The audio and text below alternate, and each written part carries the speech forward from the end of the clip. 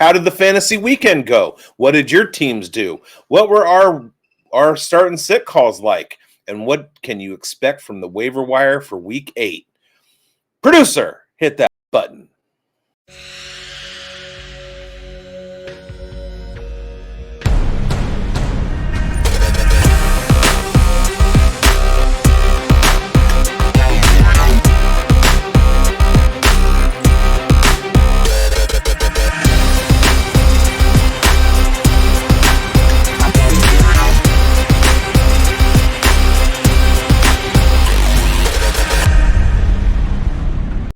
Welcome to the weekend roundup edition of Fantasy Forecast with Grindberg and bigz. He is Grindberg. I am bigz. This is the show that brings you a lot of things, fantasy football, and doesn't talk about the garbage team that didn't get 95 yards and only had 3 first downs to the other team's 30 and got shut out in one of the most historic bad performances of all time. The abomination at Arrowhead is what I like to call it, bigz, and that's why I'm wearing the big LSU L, because Raiders. And you know what's really scary is that after the game, I looked at the schedule for the next 10 weeks. They're not winning another game. They're not going to beat the Browns. They're not going to beat the Eagles. They're not going to beat the Giants. They're not going to win another game for the rest of the year. Yeah. Well, maybe when Brock Bowers is back, you might see a little bit of, brighter days ahead. But who's going to throw him the ball? Mr. Interception Machine, Geno Smith, or Mr. Fumble Machine, Kenny Pickett? I'm playing in a league with a guy. My matchup this week, his quarterback is Josh Allen. It's a super flex league, but for some reason, this guy only has one quarterback that he's starting. And Josh Allen was on a bye. So the only quarterback that he had to throw in there was Kenny Pickett. It is a dynasty league. He played Kenny Pickett on the off chance, the less than 0% chance that Kenny Pickett would get in the game. Kenny Pickett actually got in the game and then lost a fumble. So the guy had negative points from his quarterback. That's an L. He should be wearing your hat, not you. I'm going to send it to him. Yeah, and there it is. Yeah, let's airmail it out to him. And now it's time to get into the weekend. Let's talk about the wrap up here, bigz. Busy week, a ton to go over, and some big time storylines that need addressing. And let's talk about the first one that happened. It feels like such a long time ago when you think about it now, but on Thursday night, Joe Flacco comes in and saves Jamar Chase's season, most likely here. Wide receiver 1 back on the table. The Bengals offense might have found its temporary lifeline here in Joe Flacco, and Jamar Chase was reaping the benefits in a season defined by quarterback instability. Chase continues to dominate, becoming the only wide receiver in NFL history to post 100+ receiving yards with 3 different quarterbacks through the first 7 games of a season. His 16-catch, 161-yard performance on Thursday night was his vintage wide receiver 1 type numbers. Now, with Flacco, he may not be the long-term answer, but his present raises some fascinating fantasy questions. Now, bigz, the real question here, with Flacco stepping in and the offense suddenly looking competent, are we talking about a short-term bump or the legitimate wide receiver 1 rest of season outlook for Chase? From a fantasy perspective, does Flacco's veteran presence actually raise his ceiling, maybe stabilize him as the wide receiver 1 overall, or is Chase being QB proof overall here, bud? It's Chase being Chase. You have a handful of wide receivers, 4 or 5 wide receivers in the NFL that all have the opportunity or the possibility or the talent level, however you want to describe it, to finish as the wide receiver 1 in fantasy. And Jamar Chase happens to be one of those. CeeDee Lamb, Justin Jefferson, Malik Neighbors. Barring injury, barring catastrophic quarterback changes, etc., there are 5 guys in the NFL who have that range of outcome. And Jamar Chase doesn't change anything. We've seen these kinds of performances from Jamar Chase with Joe Burrow. We've seen them with him. We've seen them with Jake Browning, and now we've seen him with Joe Flacco. And it's just Jamar Chase being Jamar Chase. Yeah, and it looks like this Flacco connection could be something that is just going to stabilize things for him for the rest of the year. And I don't see anybody really at this stage being able to put up the same type of condensed targets that he's getting. I mean, Well, 23. that's kind of what I'm saying, is that it doesn't stabilize him. He is what he's always been. It's the same. And again, we've seen it with Jake Browning. If they hadn't made the Flacco trade and Jake Browning had been the starting quarterback, we would see big games like this.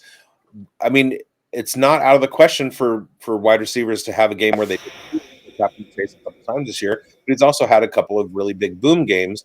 It's just the way things go. It's disappointing, but when you have a guy who's, he has a ceiling of 35 points, he's not going to get 35 points every week, but by the end of the year, he's going to wind up in that wide receiver one race. So that's what I'm saying. It doesn't change anything. It's just Jamar Chase. You draft him as your wide receiver one. He has weeks like this that win you weeks. Everybody has bad weeks. Puka's out. Like, you know what I'm saying? Like, it's the way that things go. So you drafted him with your first pick. If you have him on a team, he was your first rounder. So he's going to give you games like this. All right, now with our next storyline, move over Tom Brady. Drake Maye is cooking in New England, and there's a new name rewriting the history books, and it's not Tom Brady. It is second-year quarterback here. Drake Maye delivered an absolute masterclass in Week 7, leading the Patriots to their 4th straight win and etching his name into the franchise record books in a 31-13 rout of the Tennessee Titans. Maye completed 21 of 23, a 91% passer rate percentage for 222 yards, 2 touchdowns, breaking Brady's single game completion percentage record of a minimum of 20 attempts. The rookie, this was just flawless football execution, making this. What's that, bud? Efficiency. Yeah, it was great. It was incredible stuff, to be honest. I was really impressed with just the way he was able to command. It was just spreading the ball out. He's tied Tom Brady for some pretty impressive records here, and 2007 mark, 4 straight games of 200 plus passing yards and 135 passer rating. Drake Maye's on pace for that. So bigz. We've been diving into Drake Maye. We've been on that hype train. We've been driving it since last year, especially you. It feels like the rest of the world is finally catching up. This kid just broke Tom Brady's record and looks completely unfazed doing it. So let's put our money where our mouth is. Where do you have him ranked rest of season in Dynasty and in redraft? Top 8, top 5? Is he officially tier 1 territory now? No, he's not. He's not tier 1 territory. He's tier 2 territory. He's not a Lamar Jackson. He's not a Josh Allen. He's not going to produce at that level. But he is very, very, very, very, very, very good. I would be comfortable saying top 8. He had a very superlative performance yesterday. Still finishes quarterback 10 after all was said and done. There were a lot of big performances. So we can expect that consistency from him. He's going to be right around the 20 to 23 point a week area with some spikes. And he's just a very efficient quarterback. And we knew that. We knew that he has the rushing upside. We knew that he's good with the ball in his hands. So, yeah, I think top 8 is a good ceiling for him. Again, he finished his QB 10 yesterday, even after that performance. So, yeah, that's top 8. Yeah, I agree with that 100%. I think he's got that rushing upside that brings him always in that conversation. I don't see him just the way that offense is constructed. Really, he's not going to be throwing for 4 touchdowns a game, so he's not going to be putting up the Josh Allen, Lamar Jackson numbers. But he's going to have that steady floor every week. A guy that you could, plug and play, and he could be earning himself as becoming one of those. Faces of the league here. He's just, he's got that dynamic and, the leading that Patriots offense, looking like a sharp guy doing it too. So excited to see where his future brings. And yeah, you heard it here first 2 years ago, Drake Maye. imagine what Derek Carr could have done in the Josh McDaniels offense if he wasn't if he just kept his mouth shut. There you go. And did what he was told. Yep. There you have it. All right. What's our next one? Let's talk about Justin Fields, the benching. Are we hitting the fantasy panic button right now? The wheels are officially falling off in New York, and what was supposed to be a soft matchup against a bottom-tier Panthers offense, Justin Fields was benched at halftime after another sluggish performance. 6 for 12 for just 46 yards, no touchdowns. The Jets offense failed to find the end zone for the second straight week, and Fields was once again under siege behind a shaky offensive line. Tyrod Taylor took over and didn't offer much more, throwing 2 picks and taking 3 sacks. Fantasy managers, this might be the breaking point.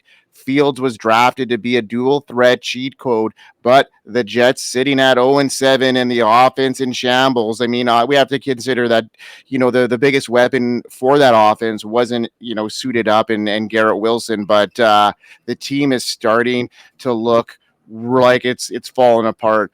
If you're a fantasy manager, Biggs, holding Justin Fields, are you cutting bait, stashing him as a Hail Mary, or still holding out hope for a second half rebound? How do you play this one in a single quarterback versus super flex leagues?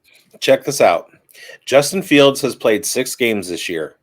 3 games against top tier defenses. He played Buffalo, Denver, and Carolina. In those games, he had 3.98 points against Buffalo, 4.9 against Denver, and 4.04 against Carolina. So 4 or less in those 3 games against top defenses. He's played against not great defenses, Pittsburgh, Miami, and Dallas. In those 3 games, he had 29.52 points against Pittsburgh, 27 against Miami, and 25 against Dallas. Okay? Next week, he gets Cincinnati. He's going to have another 25-point performance against Cincinnati's defense. He gets a bye, then he gets Cleveland. That's not going to be a good week. Then he gets New England. He gets Baltimore, which should be okay. It's a good matchup for him. Atlanta. But then in the fantasy playoffs, week 14, 15, 16, he plays Miami again, Jacksonville, and New Orleans. All of those are terrible defenses. So he's not a plug-and-play, set-it-and-forget-it quarterback. He's a matchup guy. So keep him, don't drop him, and plug him in when the matchup is right. And that's going to be in your fantasy playoffs. And so you think he's going to hold on to that job for the rest of the year? There's no point of them putting in Tyrod Taylor for any sort of They're 0-7. It's not like they're playing for anything at this point. So, why rock the boat? Just, proceed as is. Yeah, and then for next year, we'll have to retool and reshape and see what happens. And another situation here, which we're hitting the panic button here, and there's a lot of panic going around this rookie, and the leash is starting to fray. Cam Ward's Week 7 showing wasn't just rough. It was a flash red warning light for the Titans offense and fantasy managers alike. He entered the week already leading the league in sacks and fumbles, and then added 5 more sacks, another pick, and his 5th lost fumble of this season in a 31-13 loss to the Patriots. That critical third quarter turnover was gift wrapped, a Patriots touchdown. It summed up his year so far. Flashes of promise drowned by costly mistakes. His mechanics break down under pressure, and behind a porous offensive line, he looks every bit like a rookie still learning how to survive in this NFL. From a fantasy perspective, the panic meter, it's climbing up. Ward was supposed to be a dual threat with weekly QB2 upside in Superflex leagues, but instead he's turned into a turnover machine and a team spiraling fast. At some point, rookie struggle becomes a trend, and trends start to shape his value. Now, Biggs, we've been trying to give Cam Ward the benefit of the doubt, rookie growing pains, that shaky O-line, coaching turnover, but at some point, this isn't noise anymore. 5 fumbles, 30 sacks, brutal decision-making, starting to feel like a full-blown red flag for fantasy managers. So let's be real. Is Cam Ward still worth holding in redraft, dynasty, superflex? Where do we draw the line? Well, first of all, who's this we? I was never in on Cam Ward, and just watching the tape, I tried to tell everybody he's not good at decision making. He tries to throw the ball across his body, across the field, make the long throws in the middle of the field. I watched him go against Cal last year and throw a fourth quarter interception to Noel Williams, one of your Kansas City Chiefs, threw across his body into traffic, across the field to the opposite hash mark on a college field. It was just a terrible, terrible decision. And at that point, I was like, this guy is not disciplined. I tried to tell everybody that Jackson Dart was the QB1 of this class. I was looking through the FSAN prospect guide, the rookie guide today, and because I was trying to find what I had written up about Oronde Gadson II, and I noticed Cam Ward was our collective QB1, and I tried to tell everybody that, no, it's Jackson Dart. So I have 0 Cam Ward shares. I have somewhere in the area of 50 managed teams, even more in best ball. And I never drafted Cam Ward once. This is not something that's surprising to me. What is surprising to me is that you talk about how bad he did yesterday. It was his best finish of the season.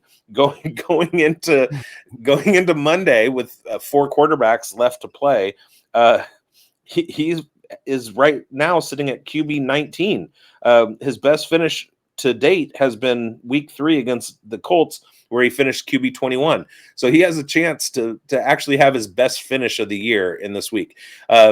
He's basically sitting right around 10 to 12 points a game. That's what you can expect. He's a rookie on a bad team that's still trying to learn. And that's, he's not worth holding at all. Yeah. And I'm with you too, because there was 2 of us that ranked him below Jackson Dart in our rookie rankings in the rookie guide. We just got outnumbered by some of the other writers, bigz, if you remember that. Yeah, and also all of the NFL GMs and all of the writers. Everybody else. Yeah. We were just except for our Undroppables crew. Yeah. We're just patting ourselves on the back for some of these takes because sometimes they hit. All right, let's keep shaking and moving, and let's pat ourselves on the back a little bit and take some ownership over our bad calls as well. So studs and duds section here. This is where we take ownership over our start and sits from the week that we just went down. And I'll start this week. I'll start us off with who I picked as my starts and sits. So I told everybody to sit AJ Brown, which wasn't a great decision, obviously, with the 2 touchdown game for him. And sorry, folks, if you had him on your bench. I told you to proceed with caution with him. Only caught 4 balls, but the 2 of them ended up being touchdowns and looking really good there. That was my only whiff this week. My other 3 were hits. I told people to sit Tony Pollard. He got a little bit of garbage time reception, but his rushing wasn't there, and he got under 10 points in fantasy. So that is a sit and a hit for me. I told people to start Quinshawn Judkins, and that was a complete smash. 3 touchdowns, over 100 purpose yards. What a great game for Judkins against that Miami defense. And I told everybody to start Ladd McConkey, 9 receptions, just under 70 yards. So a couple of great hits there and 1 big whiff. How did you end up doing there, bigz? Well, I, just like you, finished at 75% of our calls. Since I'm wearing the L hat already, I'm going to go ahead and throw Schultze completely and 100% under the bus. He said to sit Michael Pittman, and when we were doing the show, I was like, oh no, don't know. And then he said to sit Jackson Dart. Those were both terrible calls. And then he said to start Justin Fields, and that was another terrible call. Let's check in on his Fannin start. That was a terrible call. Fannin had 7 points. So Schultze whiffed 0 for 4. So he's wearing the L hat with me. My big L this week was I said to start Demario Douglas. And, even with Drake May's superlative performance, he still only had 3 targets, 3 catches, and 5 points. However, time for a wardrobe change. Oh, no, you saw my bald. I'm going to throw on the W hat because I said to sit Bam Knight. He had 9 points. I said to start Jalen Warren. He had 20 points, and he's sitting at RB6. And I said to sit Garrett Wilson, who didn't play. So that's I'm going to call it a good call because he was questionable. So 3-4, just like you, 75%. We're on a heater the last few weeks. I think we're sitting right at 75% the last 3 weeks in a row. At least, so. yeah. Like we've had a good streak here, bigz, and we've hit on our waiver wire pickups as well. We've been a week ahead of some of these. Talked about Gadson on the show. We talked about a couple other guys that just hit the wire. Stato. Yeah, Vidal. Some of these guys that we just were just a bit ahead of the curve. So continue to follow us on the fantasy forecast for all those league winning opportunities here, folks. And bigz, waiver wire, still in the heart of the fantasy season here. We're getting closer to people being in and out of the lineups and stuff. Okay, you got something to say, bigz? What do we got? No, I just wanted to call out my Alec Pierce call. I was trying to continue with your list of names that we've been telling people to grab. Yeah, absolutely. So I'll start the waivers for the week. I'm going to go ahead and why not? I don't know if he's going to play next week, but you may as well drop something on Jacoby Brissett. It looks like he's in a situation in Arizona where he has completely outplayed Kyler Murray. That veteran presence is good for the Arizona Cardinals. The fact that Trey McBride had 2 touchdowns was just phenomenal. Trey McBride is sitting in the back end of the top 10. If he and Jacoby Brissett can continue to do this, it's Trey McBride finishing as tight end 1. Jake Ferguson is tight end 1 right now, I think, which is quite a surprise. But Jacoby Brissett, go ahead and grab him just in case. I mean, we're at a point in the season where week 7, we say don't make any drastic decisions until after week 6. You have a really good idea of what your roster looks like at this point. And if you need a bump at quarterback, give Jacoby Brissett a chance because it's probably not likely that anybody else is available on waivers. Man, we always thought that maybe Marv had an issue with a Kyler problem, but could it be a Marvin problem? Yeah, like could that be it? I mean, look at what Trey McBride's been able to do with both those quarterbacks. Yeah, I don't know.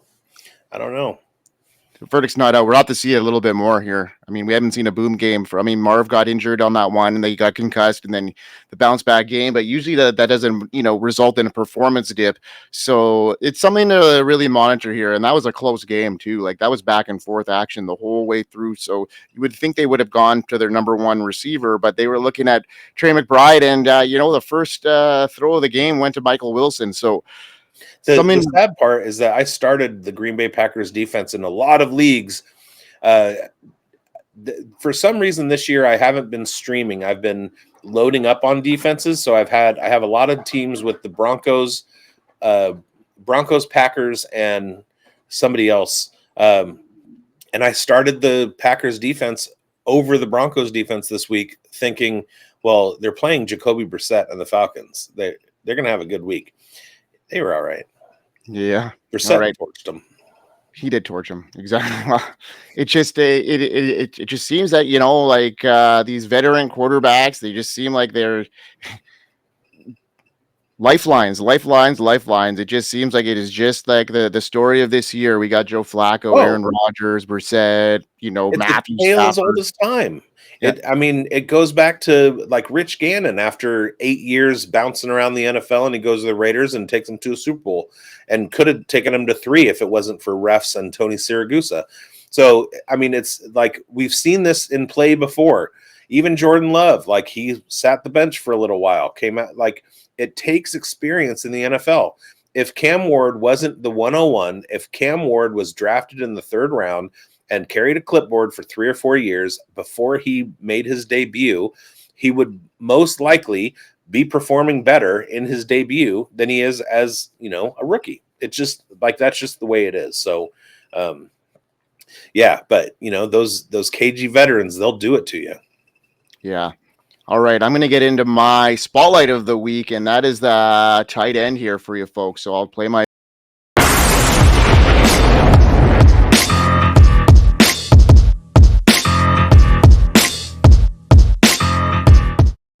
All right, so my spotlight of the week for my waiver ad is going to be Oronde Gadson, and he just didn't arrive. He kicked the door down this week, and we talked about him on our show in the past, but he is now probably the waiver wire gem of the week here. And if he's still on your wire, if you haven't caught wind of us before, go out and grab him. This rookie put on an absolute clinic against the Colts, carving up coverages like a seasoned vet and turning Justin Herbert's progressions into personal highlight reel.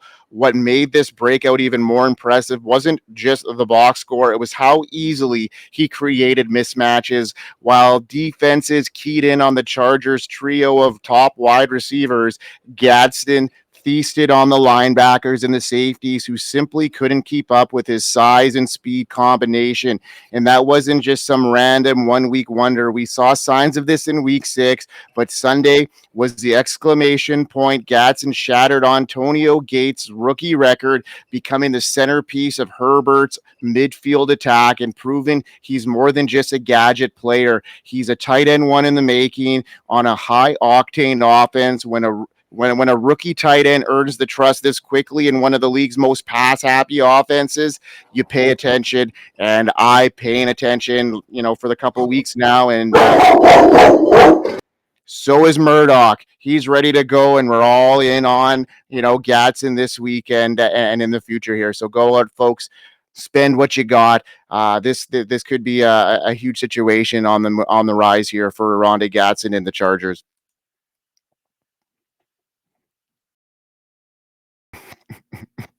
All right, I'm going to continue. He's still going. So I went ahead and clipped this because I was in a group chat talking to some friends. This is what I wrote for our rookie guide. Ranked around tight end 6, Gadsden offers tremendous upside and is a steal at his current draft position, with some analysts, including myself, ranking him as tight end 2 of this rookie class. Somebody was in on Gadsden early. And there you have it. All right. So my wide receiver that I'm going to say go add is Marvin Mims. I'm not going to go out and say that he's going to consistently perform at a 20-point-a-week level. However, the upside is there. And if the Broncos find themselves in a shootout, he does have the ability to get open down the field, and that just leads to big points. We saw it coming. It's been a few years in the making. Like, we knew from his first couple games that the kid was special, and they just need. We have a thing in the NFL where there are some receivers who are super, super talented, but they're not the straw that stirs the drink for the team. Then you have other teams where their offense is centered around that receiver. Your Justin Jefferson, your Jamar Chase. Marvin Mims is not that guy, but he does have the ability to give you spike weeks like that. He's excellent in best ball. He's a fantastic best ball pick, but he's available in almost 70% of leagues, or a little over 70% of leagues on ESPN. Go grab him, find a good matchup, throw him in there, and you got a spike week. And he's a good guy.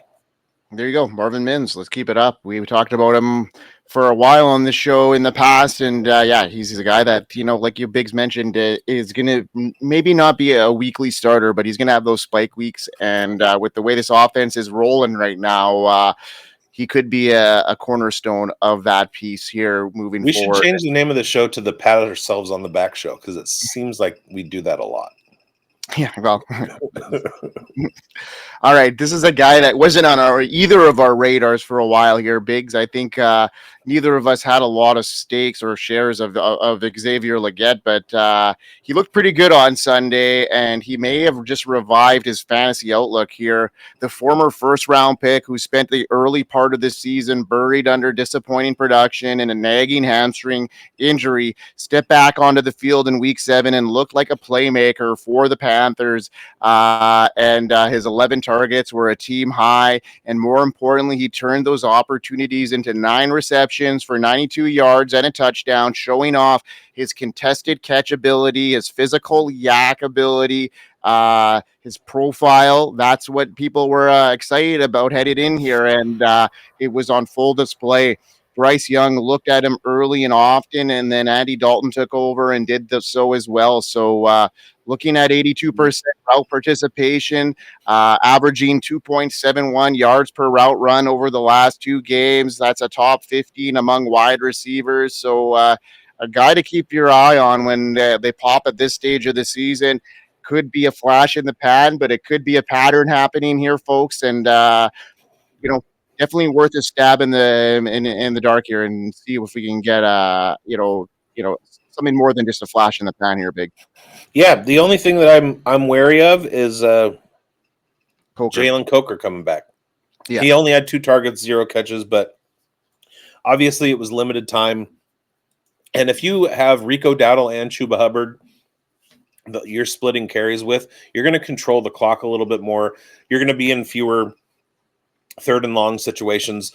You're going to have to pass the ball less. So I see targets going down in Carolina, and Jalen Coker's coming back. He should be full strength in the next week or 2. That's the only thing. But they can share targets with Teteroa and McMillan. That's it's going to become a muddled offense. But there has been a high talent ceiling with Legette that we've seen for a while. So bigz, let's get into your spotlight. And I almost had him on my show sheet before, but we talked about my guy for a bit off and on here as well. So he needs to be mentioned, but hey, Mike, I'm going to roll your video and then you can get in. Mike, I'm ready for my close-up.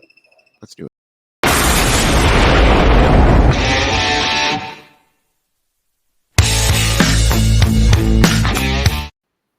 This is a sad day for me. Because I've been waiting on the Roschon Johnson breakout for a long time. Also, Kendre Miller hit the IR again today. But I've been waiting on Roschon Johnson to pop. DeAndre Swift had a pretty good game, but the story of the Chicago Bears versus the New Orleans Saints was Kyle Monangai. He had 81 yards on 13 carries, 6.23 yards per carry. That's pretty good. And he had a touchdown. He also had 3 targets in the passing game. Wound up with 17 points as the RB10. He is in the Ben Johnson offense in Chicago. He is an outlet for Caleb Williams. Only good things are on the horizon for Kyle Monangai. So make sure he's your number 1 priority waiver ad this week. There you have it. I like that call, bigz. I think that offense is starting to turn a different leaf. It looks like they're going to be becoming a little bit more run heavy, with the Swift looking, lights out. He's had the best start to his season of his career. So looking at that offense, and it's retooling. If you look at what Romo Dunze has done this last 2 games, he's kind of been almost invisible here, and potentially a change of focus here with the weather changing in Chicago and maybe some more focus on some run heavy scripts. So you never know. All right, let's get into my running back. And bigz mentioned him a couple of weeks ago on the show. We've been talking about him all off season, and now it looks like he is starting to gain some steam, and that is Brashard Smith. And look at what he did when there was a healthy full unit for Andy Reid, and he just might have just forced Andy Reid's hand. The rookie running back from SMU entered week 7 as a depth piece in the Chiefs backfield, but he exited looking like a legitimate factor in one of the NFL's most potent offenses.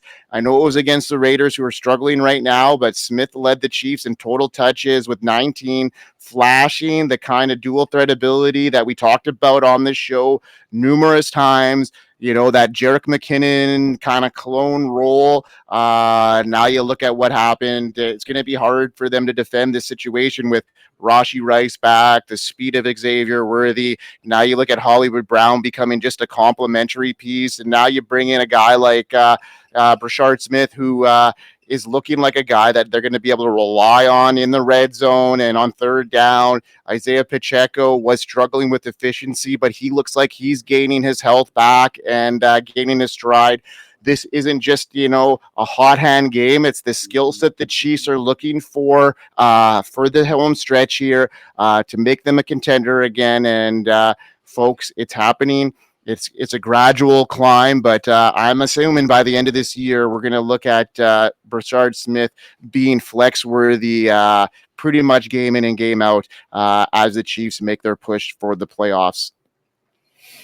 Yeah, he's such a fun guy to watch, and we made the Jerick McKinnon comp quite a bit, and yeah, if he's on your waiver wire, go grab him because I already told you to. What's he doing on your waiver wire?